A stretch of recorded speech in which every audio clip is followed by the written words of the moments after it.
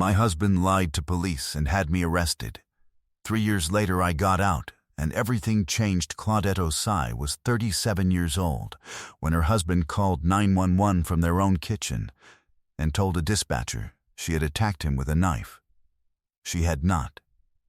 She had been standing at the stove making his dinner when he walked in from wherever he had actually been that evening, and she would not learn what he had actually been doing until 3 years later, from the other side of a table in a law office that smelled faintly of cedar and old paper.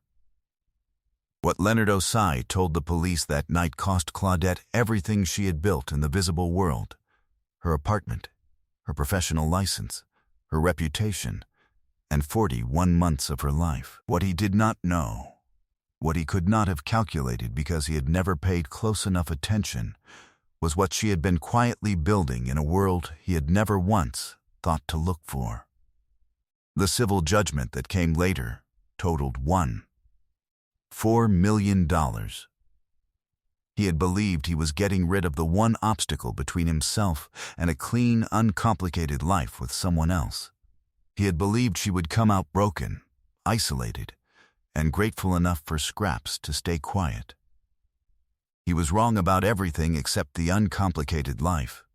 He got one. It just wasn't the version he had planned. Before we jump into the story, comment where in the world you are watching from, and subscribe, because tomorrow's story is one you need to hear. The autumn before all of it started, Claudette was refinishing the floors in the townhouse she and Leonard had bought the year prior. Not paying someone to refinish them, doing it herself, with a drum sander she had rented from the hardware store 2 miles away and driven home in the back of her old Civic, with the hatchback propped open with a broom handle. She was a structural engineer by training and practice. She had spent 11 years before that evening calculating load tolerances, reviewing soil reports, and walking job sites in boots that had seen more concrete dust than most people encountered in a lifetime. She understood that beautiful things were the product of unglamorous work done correctly over time. And she applied that understanding to everything she touched, including floors. It was not the kind of work that made a person look impressive from the outside. She drove a 7-year-old car. She packed her lunch in a reusable container every morning and ate at her desk while reviewing site plans. Her colleagues at the firm knew her as meticulous and dependable, someone who did not miss details. Leonard's friends, when she encountered them at dinner parties, knew her primarily as his wife, quiet Claudette, the one who said intelligent things when she spoke and did not speak often enough to make anyone nervous. She had never felt any particular need to correct that impression. Her father had told her that when she was 12 years old, and she had complained about being assigned to sand the deck behind his house in Greensboro, while her cousins sat on the porch drinking sweet tea. He had handed her the sandpaper block and said, in the voice he reserved for things he meant completely, "The work you try to skip is always the work you end up doing twice. Do it right the first time." She had thought about that sentence every day of her professional life. She thought about it in a different way during the months that followed. Leonard had come home to find her on her knees with the orbital sander running and had kissed her on the temple without breaking stride toward the kitchen, where she heard the refrigerator open and the sound of a beer being cracked. He had a new cologne that month. She had noticed it in passing, but had not thought about it twice. She was thinking about the grain of the wood and whether she had sanded too deep in the corner near the baseboards. They had met 7 years earlier at a fundraising dinner for a nonprofit a mutual friend had started. He was tall and careful with his words, which she had initially taken for thoughtfulness. He had brought her coffee the next day without being asked, remembering she took it with 1 sugar and no cream, and she had thought, "This is a man who notices things." She had been right about the noticing. She had been wrong about what it meant. The early years had been good in the way that early years were good when 2 people were working toward the same image of a life. They had bought the townhouse together. She had contributed more to the down payment, but had not made a point of it. She had assumed, in the way you assumed things when you were not yet paying close attention, that the accounting between two people who loved each other did not need to be precise, because the intentions were mutual. That assumption, she would later understand, was the one structural error she had made. By the time she was on her knees on that floor, something had shifted in the architecture of their life together, but she could not yet name which load-bearing element had been compromised. She only knew that certain silences had changed quality, that his phone stayed face down now, where it had never needed to before. That when she asked about his evening, his answers were complete and smooth in a way that real answers rarely were. The smoothness not of truth, but of preparation. She filed that observation away in the same mental folder where she kept early-stage anomalies on job sites. Not alarm, not yet. Just note it and watch. She finished the floor. She cooked dinner. He came to the table and said it looked nice. He did not ask how long it had taken. That was a Tuesday in October. The police were at the door 11 weeks later. She did not understand what was happening at first. Not fully. There were 2 officers, and Leonard was behind them in the doorway of his own kitchen, and his face held an expression she had never seen on it before. A careful arrangement of fear that was not quite fear, performed at a pitch designed to be credible from across a room. He told them she had come at him with the knife from the block on the counter.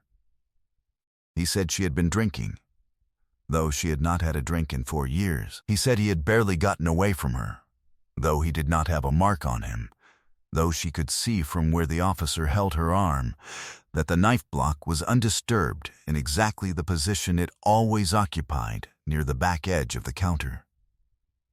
Her hands did not shake.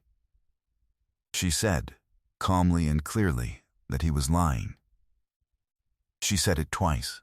The officer, a young man who could not have been more than 26, looked between them with the particular discomfort of someone who has decided that the simplest version of events is most likely the true one. And the simplest version of events was a domestic call with an alleged weapon and a woman who was already raising her voice, while the man who called stood quietly in the background. She was handcuffed in her own kitchen in front of the floors she had refinished herself. She spent the night in county holding and was arraigned the next morning.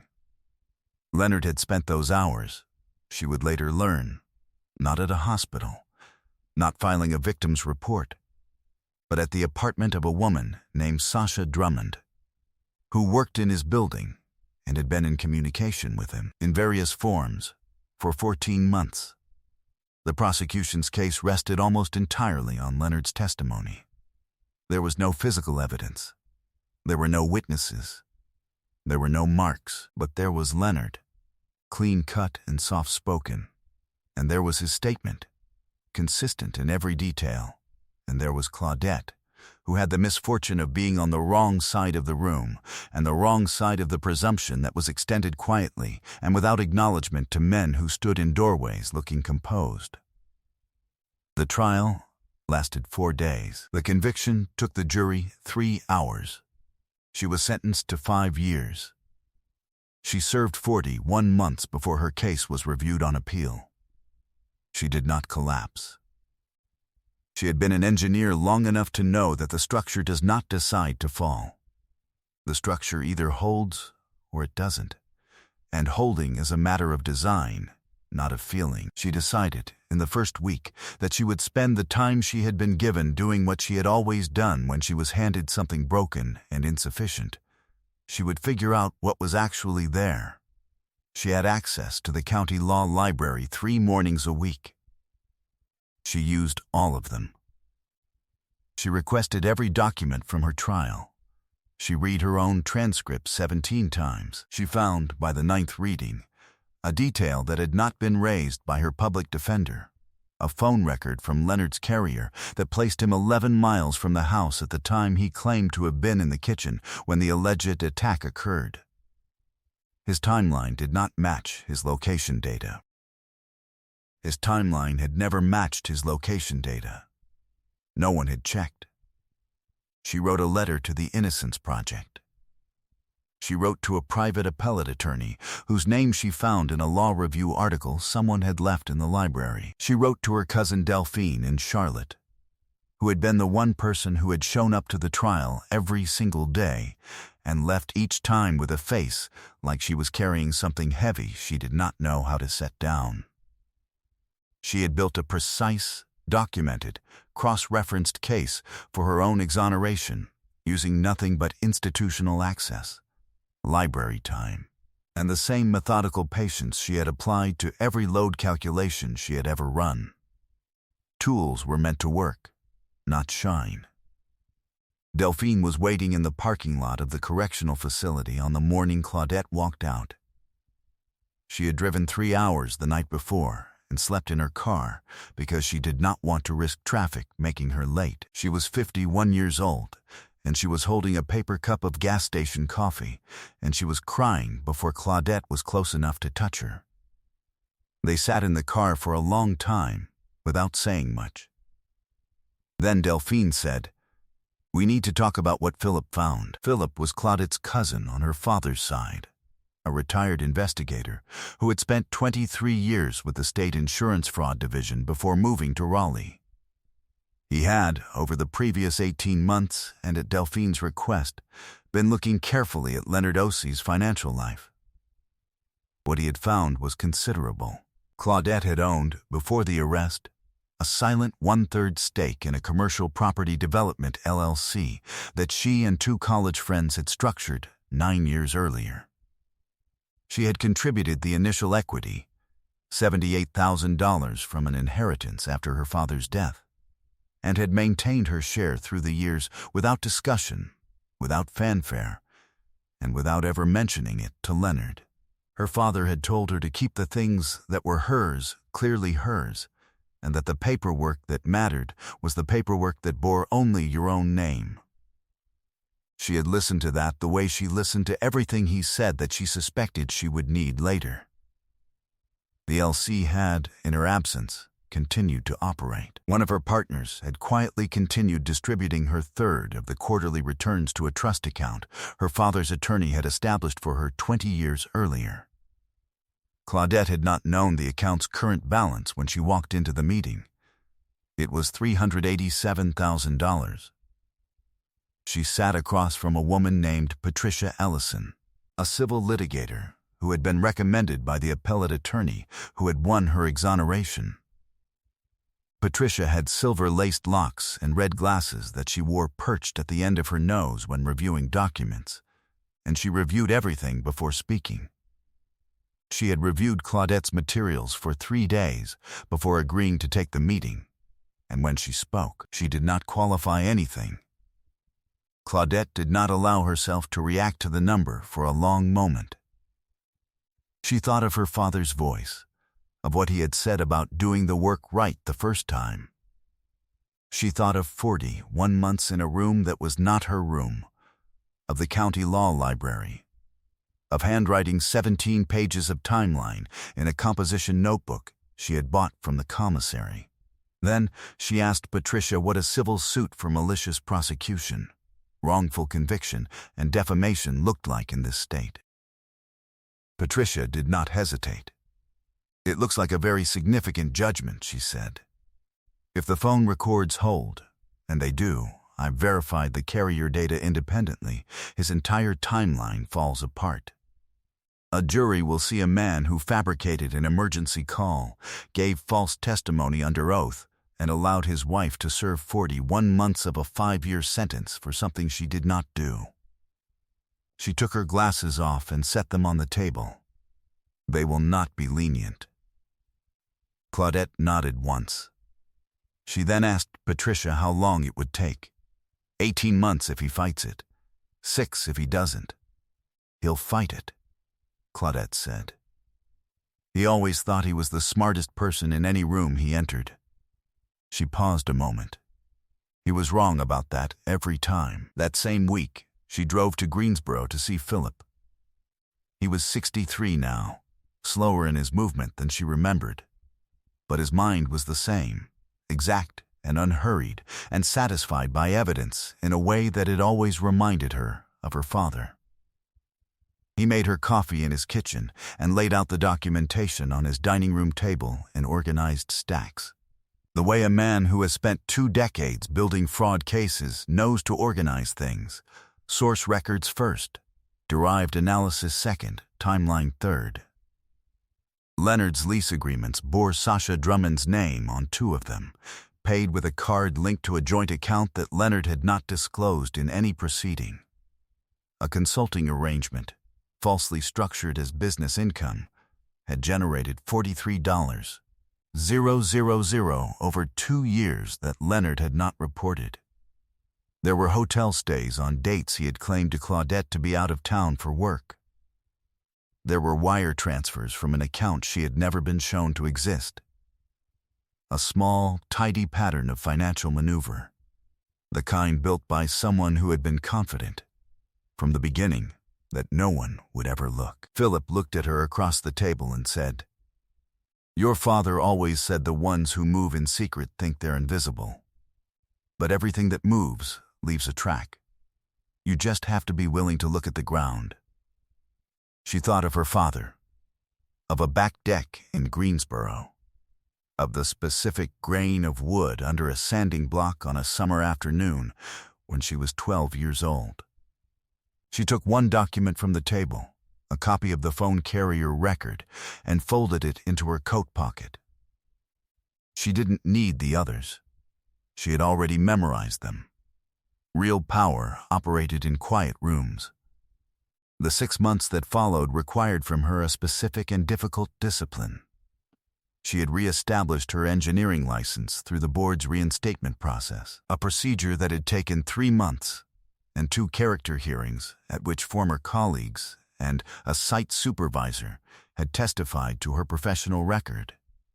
She had accepted a contract position with a structural firm in Charlotte, a role that asked nothing of her except competence, which she had in supply.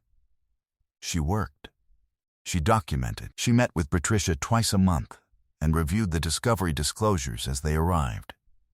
She ran into Leonard once, at a grocery store in the part of the city they had both lived in. He was with Sasha Drummond, who was younger than Claudette had imagined, and wore the particular expression of someone who does not know the full shape of the situation she is standing inside. Claudette made eye contact with Leonard for exactly 1 second. She nodded, the way you nodded at someone you had known once and no longer had a reason to speak to. Then she chose her produce. She moved to the next aisle. She did not hurry. She drove home. She ate dinner alone at a small table she had bought at a second-hand shop and refinished herself. She slept without difficulty. Preparation is the work. The mediation was scheduled for a Thursday morning in March, in a conference room on the 14th floor of a building downtown. The room had floor-to-ceiling windows that looked out over the city and a long table with chairs that cost more than most people's monthly rent.